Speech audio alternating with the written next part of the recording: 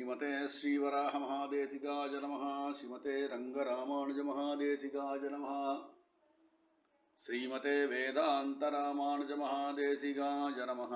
श्रीमते निगमान्तमहादेशिकाय नमः। श्रीतरङ्गवहनन्दिनी हेमाब्जनायिका समेत श्रीदेवनाथपरब्रह्मणे नमः।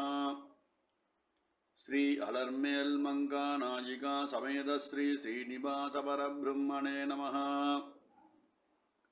श्रीमान् वेङ्कटनाथार्य कवितार्किककेसरी वेदान्ताचार्यवर्यो मे सन्निधत्तां सदाहृति। சீருண்டுதூப்புல் திருவேங்கடமுடையான் பாரந்த சொன்ன பழமொழியுள் ஓரன்று தானே யமயாதோ தாரணியில் வாழ்வார்க்கு வானேரப் போமளவும் வாழ்வு. ஸ்ரீமதே நிகமாந்த மகாதேசிகாய நமஹ. சுவாமி தேசிகனுடைய அற்புதமான கிரந்தம் தயாசதகம். அது நமக்கெல்லாம் ஒரு 98 ஸ்லோகங்கள் பிராப்தமாயிருக்கு நேற்றைய பர்யந்தம். அந்த 98வது ஸ்லோகத்திலே சுவாமி சாதித்த விஷயம் என்னன்னு கேட்டாக்கா, பெரிய சமுத்திரம் இருக்குது. இந்த சமுத்திரத்துடைய அந்த குளிர்ச்சியான தன்மையானது என்றும் மாறாது. எவ்வளவுதான் சூரிய பகவான் தப்பித்தாலும் அவனுடைய குளிர்மையான தன்மை என்றும் மாறாது அப்படின்னு சாதிக்கிறார். இங்கே சீனிவாசனாகப்பட்டவன் தயை என்ற சாகரத்திலே சமுத்திரத்திலே இருக்கார்.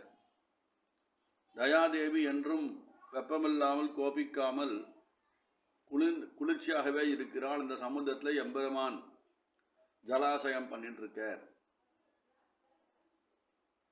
நாங்களெல்லாம் எம்பெருமானையும் உன்னையும் கோபப்படுத்துறதுக்கு காரியங்கள் பண்ணிட்டு இருக்கோம். எம்பெருமானுடைய கோபத்திலிருந்து எங்களை காப்பதற்கு புனகா நாங்கள் ஒரு சரணாகதி பண்ணும்போது உனக்கு எங்கள் பேரில் கோபம் வருது. ஏன்னா எங்களுடைய எல்லா பாபத்தையும் நீ சமைச்சுட்ட, எல்லா அனுகிரகத்தையும் பண்ணிட்ட. 2 தடவை சரணாகதி பண்ணால் உனக்கு இழுக்காக இருக்குமாது அப்படின்னு சொல்லி. ஏன்னா 2வது சரணாகதி ஏன் பண்ணணுன்னா ஏதாவது அனுகிரகத்தை வேண்டி தான் பண்ண போகிறோம். ஆனால் முதல் சரணாகதியும் போது எல்லா அனுகிரகத்தையும் வருஷிச்சாச்சு. அப்படி இருந்தும் 2வது சரணாகதி பண்ணும்போது பிராட்டிக்கு கொஞ்சம் லஜ்ஜை ஏற்படுறது. அடாடா, முதல்ல நம்ம சரியாக அனுகிரகம் பண்ண போல் இருக்கு, திருப்பி பண்ணுறானேன்னு ஒரு எண்ணம் வருதுமா. அதனால் அதையெல்லாம் மாற்றணும் நாங்கள். அதனால் உனக்கு இஷ்டமானது எம்பெருமானுடைய திருக்கண்ணாகிய அந்த தாமரை புஷ்பங்கள், அந்த தாமரை புஷ்பமாகிய அதேபோல் இருக்கக்கூடியதான எம்பெருமாள் அவனுடைய திவ்ய கடாட்சம் எங்கள் பேர விழணும் அப்படின்னு பிரார்த்திச்சார் கீ ஸ்லோகத்தில். இன்றைய ஸ்லோகம் 99வது ஸ்லோகம். இதிலும் சில விசேஷமான விஷயங்களை காட்டுறார் சுவாமி தேசிகன். திஷ்டேபி துர்பலதியம் தமனேபி திருப்தம் ஸ்நாத்வாமிதூளி ரசிகம் பஜனேபி பீமம் பத்வாக்ருகான விஷசைல பதேர்தயே மாம் தத்வாரணம் ஸ்வயம் அனுகிரக சிங்கலாபிஹி அப்படின்ற அனுகிரக சிங்கலாபிஹி அப்படின்னு அந்த சங்கிலியாலே, அனுகிரகம் என்ற சங்கிலியாலே என்னை நீ கட்டி போடு அப்படின்னு பிரார்த்தனை. இதில் திருஷ்டேபி வேங்கடமலை அரசன் இருக்கான், நீ தயாதேவி இருக்க. திருஷ்டேபி கண்ணால் பார்க்கையிலே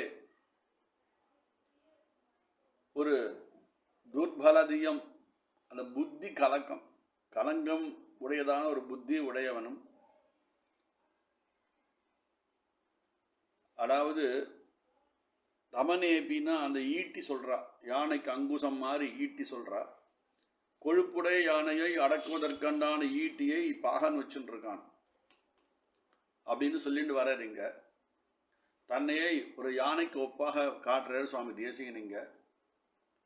யானைக்கு வந்து சில சமயங்களில் நல்ல பக்குவமாக இருக்கும், சில சமயங்களில் துஷ்ட மிருகமாயிடுறது. யானையானது கோபத்துடன் பாகன் பார்த்தாக்கா ஒரு மாதிரி அடங்கும். யானைக்கு கோபம் வந்ததுன்னா பாகனுக்கு பயம் வந்துடும் இல்லையா? ஆனால் என்னதான் இந்த யானையை வந்து யானையாகிய நான் சுவாமி தேசிகன் தன்னை சொல்லிக்கிறார், துஷ்டத்தனம் பண்ணினாலும் நீ வந்து எம்பெருமானுடைய அந்த திவ்ய கடாட்சத்தினாலே எங்களை வந்து உன் வசமாக்குற போன ஸ்லோகத்தை சொன்னேரத்த. ஆனால் இப்போ நான் என்னை யானைன்னு சொல்லிக்கொண்டா யானைக்குண்டான குணங்கள் எனக்கு ஏறிட்டு வருது அப்படின்னு சொன்னார். நல்ல யானை வந்து பாகன் வந்து நன்னா தீர்த்தா மாட்டி அதுக்கு நல்ல ஆகாரங்கள் கொடுத்து நல்ல இடத்துல அந்த யானை சாலையில் கட்டி போட்டாலும் இந்த யானை வந்து திருப்பியும் புனகா கீழே இருக்க மண் சேறு சகதி இலை தடையெல்லாம் தன் மேலே போட்டு தன்னை அழுக்குப்படுத்திக்கிறது. அதை போலவே தயாதேவியே நீ என்னதான் எனக்கு அனுகிரகம் பண்ணாலும் என்னுடைய கர்மாவானது புனகா பாவத்தை நோக்கி அந்த பாவத்தை பண்ணு அப்படின்னு சொல்கிறது. என்னதான் சுகத்தை கொடுத்தாலும் நான் ஒரு மதம் பிடித்த யானை போலே வெளியிலே சென்று அசுத்த காரியங்களை செய்கிறேன் அப்படின்னு சொல்கிறது.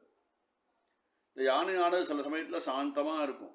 நீங்கள் ஒன்றா பாருங்கோ, யானை நிற்கிறது காலில் அந்த கம்பை வச்சுருவோம், அங்குசத்தை வச்ச உடனே அது தாண்டி போகவே போகாது, அடங்கி இருக்கும். சில சமயங்களில் கொஞ்சம் திமிரி கொஞ்சம் மதம் பிடிச்சு திமிரி ஓட பார்க்கும். சில யானைகளுக்கு மதம் பிடிக்காது, சில யானைகளுக்கு அடிக்கடி மதம் பிடிக்கும். ஒரு சமயத்தில் பாகன் வந்து யானை பாகன் கண்ணால் பார்த்தாலே மிரட்டினாலே ஒரு மாதிரி கோழைத்தனமாக ஒரு இடத்துல பம்மின்னு இருக்கும். அது மாதிரி பிராட்டி நம்மளை வந்து பார்க்கும்போது சில சமயங்கள் நாம்பளும்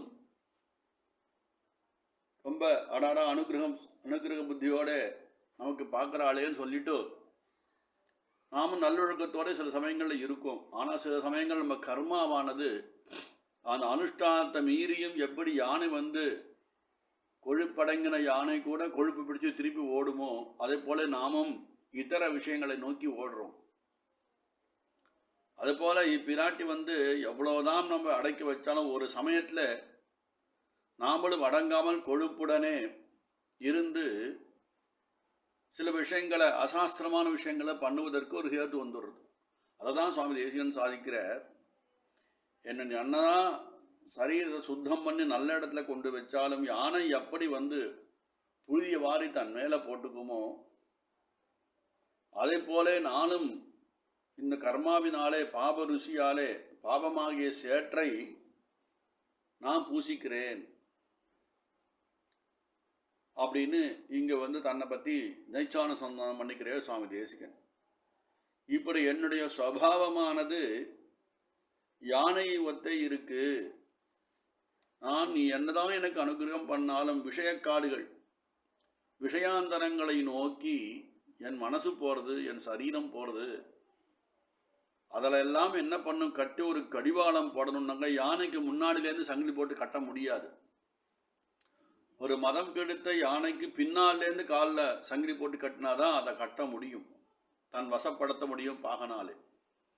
அதே போல சுவாமி தேசன் நீங்கள் பிரார்த்தனை பண்ணுறார், அம்மா நீ என்னதான் மனுக்கிறம் பண்ணால் நான் திமிரி ஓடின்னு இருக்கேன். உன் யானையாகிய என்னை இனி உன்னை விட்டு ஓடாமல் பார்த்துக்கணும். அதற்கு நீ எனக்கு தெரியாமல் என் பின்னால் வந்து உன்னுடைய சிங்கலாகி பிகி அந்த சங்கிலிகளாலே என்னை கட்டி உன் வசமாக்க செய்ய வேணும் அப்படின்னு அதான் சொன்னார். தத்வாரணம் ஸ்வயம் அனுகிரக சிங்கலாபிகி அப்படின்னு சொன்னாருங்க. இப்படி இந்த வாரணம் அப்படின்னா யானைக்கு பேர். வாரணமாயிரும் ஆண்டாள் காட்டுறா. வாரணம் நிவர்த்தின்னு கூட சொல்லுவா சம்ஸ்கிருதத்தில். உன்னுடைய யானை நான், என்னை வந்து இதர காரியங்களில் போகாமல் நிவர்த்தி பண்ணி நல்ல காரியத்துக்கு அனுகிரகம் பண்ணணும். அனுகிரகம் என்பதற்கு இங்கே அனுகிரக கடாட்சம்னு சொல்கிறா பெரியவா. அதனால் முன்னாலே சங்கிலி கொண்டு பிடிக்க முடியாது யானையை.